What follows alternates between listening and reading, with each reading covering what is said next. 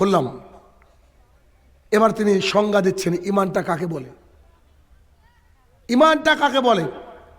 এবার তিনি মুসলিম শরীফের হাদিসের মধ্যে উল্লেখ করলেন, আবু হুরায়রা রাদিয়াল্লাহু তাআলা আনহু বলেন,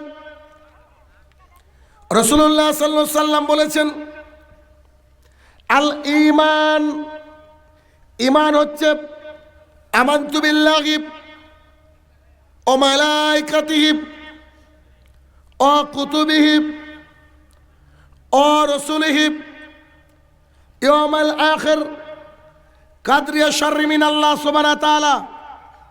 কটা জিনিসের নাম ঈমান? ছটা। এই ছটা তো জিনিসের নাম ঈমান।